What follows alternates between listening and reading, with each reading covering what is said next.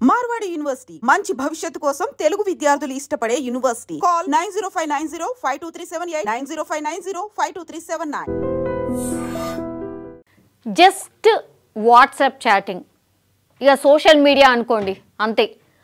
Phones use ఎంత విచ్చలవిడిగా అయిపోయిందంటే ఎప్పుడైతే మీరు మీ పిల్లలకి ఫోన్ ఇచ్చారో అప్పుడే ఇక అన్నిటికీ ప్రిపేర్డ్ అయి ఉండాలి. నిజం చెప్పాలంటే పేరెంట్స్ ఇప్పుడు ఎదుర్కొంటున్న సమస్య కూడా అదే అని చెప్పొచ్చు. ఎందుకంటే చిన్న పిల్లలు కనీసం తినాలంటే కూడా ఫోన్లు చేతిలో పెట్టి తినిపించే పరిస్థితి వచ్చింది.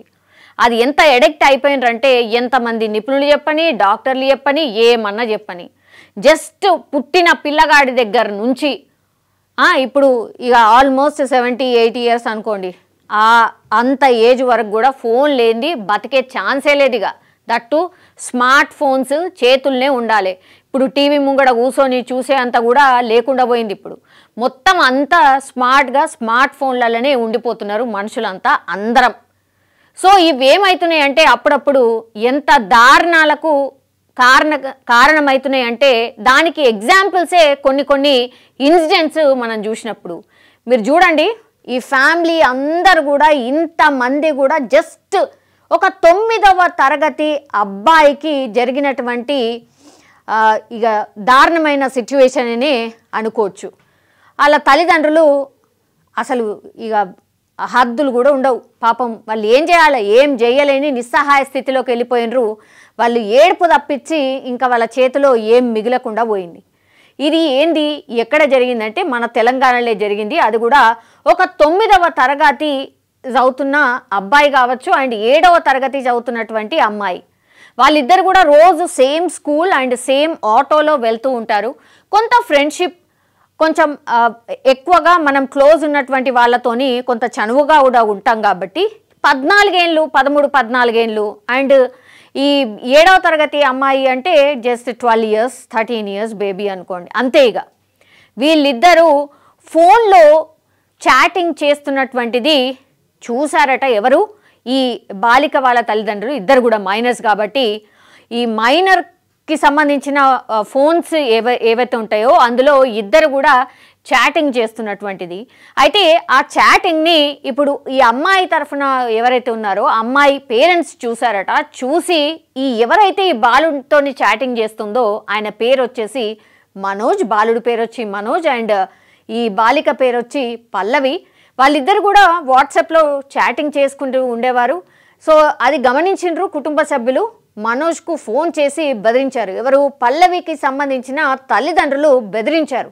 నువ్వు అట్లెట్లా చేస్తావు, అసలు నువ్వేంది, ఇక మనకు తెలుసు కదా మనం చెప్పలేని లాంగ్వేజ్లో డెఫినెట్లీ అనుంటారు, తిట్టుంటారు, ఇక బెదిరిపోయి ఉంటాడు. ఆ అబ్బాయి కూడా పాపం ఆయనకి ఇంత 14 ఏళ్ళు మాత్రమే, ఇక భయంకరంగా భయపడిపోయి ఉంటాడు డెఫినెట్లీ.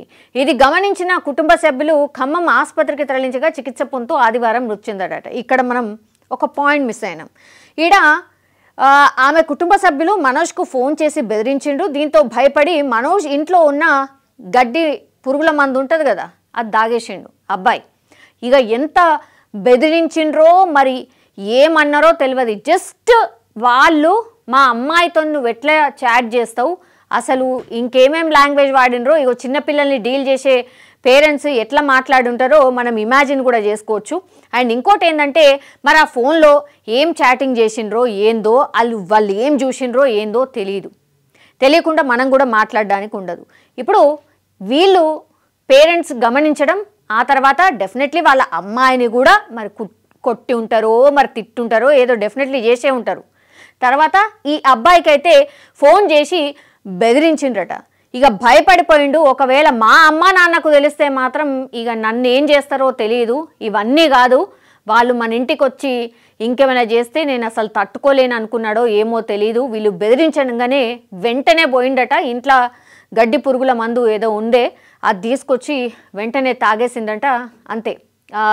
అది గమనించిండ్రు. ఆ మనోజ్కి సంబంధించిన తల్లిదండ్రులు గమనించి ఖమ్మం ఆసుపత్రికి తరలించే లోపలనే ఆ పిల్లగాడు చనిపోయిన పరిస్థితి. ఈ ఇన్సిడెంట్ ఎప్పుడు జరిగిందంటే ఆదివారం ఈ అబ్బాయి చనిపోయిండు ట్రీట్మెంట్ తీసుకుంటూ. కానీ శనివారం ఈ ఇన్సిడెంట్ జరిగింది. అంటే శనివారం రోజున వీళ్ళిద్దరు చాటింగ్ చూడడం, బెదిరించడం, ఆయన పురుగుల మందు తాగడం, ఆ తర్వాత ఇగో ట్రీట్మెంట్ తీసుకుంటూ ఆదివారం అయితే చనిపోయిండు. స్కూల్లో 7వ తరగతి చదువుతున్న బాలికతో వాట్సాప్లో చాట్ చేసిన 9వ తరగతి చదివే బాలుడు. గమనించి బాలుడిని బెదిరించిన బాలిక కుటుంబ సభ్యులు. భయపడి ఆత్మహత్య చేసుకున్న బాలుడు. భద్రాద్రి కొత్తగూడెం జిల్లా మంచుపల్లి మండలంలోని చుంచుపల్లి తండాకు చెందినటువంటి 9వ తరగతి చదువుతున్న మనోజ్, ఆయనకు 15 ఏళ్ళు. తన స్కూల్లోనే 7వ తరగతి చదువుతున్న పల్లవితో చనువు ఏర్పడింది. రోజు మనోజ్ పల్లవితో వాట్సాప్లో చాటింగ్ చేసేవాడు. ఇది గమనించిన ఆమె కుటుంబ సభ్యులు మనోజ్కు ఫోన్ చేసి బెదిరించారు. దీంతో భయపడి మనోజ్ ఇంట్లో ఉన్న పురుగుల మందు తాగి అంటే ఇక ఆత్మహత్య ప్రయత్నం చేసిండు. అది గమనించిన కుటుంబ సభ్యులు ఖమ్మం ఆసుపత్రికి తరలించారు. చికిత్స పొందుతూ ఆయన చనిపోయిండు. ఈ ఇన్సిడెంట్లో మొత్తం చూడండి, ఏంది మిస్టేక్ ఇక్కడ? జస్ట్ ఈ పిల్లలకు ఫోన్లు ఇవ్వడం, అంతే సింపుల్. పిల్లలకు ఫోన్లు ఇవ్వడం వల్ల అనర్థాలే తప్పించి ఇక్కడ వాళ్ళు గెయిన్ చేసేది ఆర్ వాళ్ళేదో నాలెడ్జ్ గెయిన్ చేసేది నిజంగా జీరో అంటే జీరో. ఏమంటే ఏమీ కూడా వాళ్ళకి ఏం నాలెడ్జ్ వస్తుంది?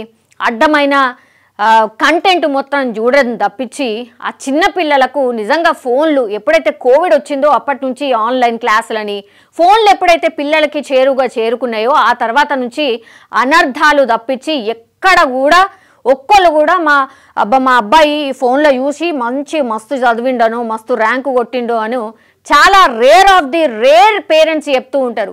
ఈ ఫోన్లు బంద్ చేస్తే బాగుండు, లేదంటే ఈ ఫోన్లు లేకుండా చూస్తే బాగుండు, అసలు స్కూళ్ళల్లో కానీ కాలేజీలలో కానీ అసలు ఫోన్లు ఎలో చేయకపోతే బాగుండు, దరిద్రమైన ఫోన్లు ఇవి తప్పించి మీకు పాజిటివ్ ఎక్కడంటే ఎక్కడ వినిపించదు. పేరెంట్స్ అట్లా మాట్లాడుతున్నారా? కానీ మనం ఏం చేస్తాం? ఎప్పుడు చూడ ఆ ఫోన్లో తప్పించి ఇంకా మనం కూడా అట్లా ఉండం. మనమే ఫోన్లలో ఉంటాం. మళ్ళీ మనం పిల్లలకు చెప్తే వాళ్ళు ఎందుకుంటారు? ఇప్పుడు పరిస్థితి అక్కడికే వచ్చింది. స్కూల్కి వెళ్ళి పోనీ స్కూల్లో ఎలో చేయలేదు అనుకుందాం ఫోన్ని, ఆ తర్వాత ఇంటికి రాగానే ఫస్ట్ వాళ్ళు బ్యాగు షూస్ అన్నీ ఇప్పేసిన తర్వాత ఆర్ అన్నీ పడేసి ఫస్ట్ తీసుకునేది ఫోనే. మీరు ఎంత అనేది ఇట్టండి ఏమన్నా చేయండి, ఫస్ట్ వాళ్ళకు కావాల్సింది ఫోనే. ఇంత అడిక్ట్ అయిపోయినాం, అందరం కూడా అడిక్ట్ అయిపోయినాం. సో ఈ ఫోన్లే అన్ని అనర్థాలకు కారణం. ఈ ఇన్సిడెంట్లో కూడా మరి ఆ బాలుడు ఏం చాట్ చేశాడో ఏంటో తెలీదు. బట్ ఇప్పుడు వీళ్ళు మాట్లాడేది వినండి ఒకసారి. ఆ బాబుకు సంబంధించిన ఫాదర్ అట, పక్కన వాళ్ళ బ్రదర్ అయి ఉంటాడు నాకు తెలిసి. వాళ్ళు ఏం మాట్లాడుతున్నారు, ఏం చెప్తున్నారు మీరు కూడా వినండి. నా పేరు బాలాజీ, మాది చుంచుపల్లి తండా, కొత్తగూడెం జిల్లా. మనోజ్ కుమార్ నా మేనోడు అవుతాడు. పక్కన కూర్చున్నది తండ్రి బదావత్ రమేష్.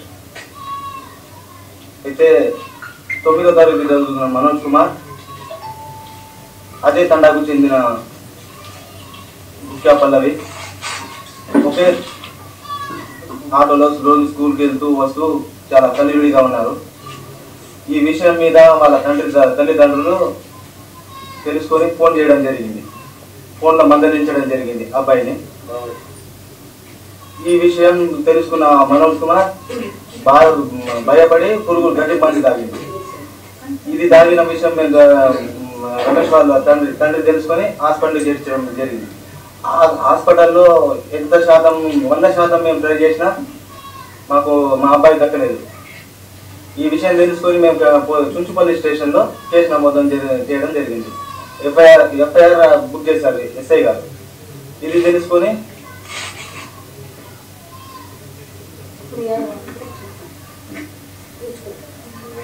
ట్రై చేసాం 100% కానీ మాకు దక్కలేదు.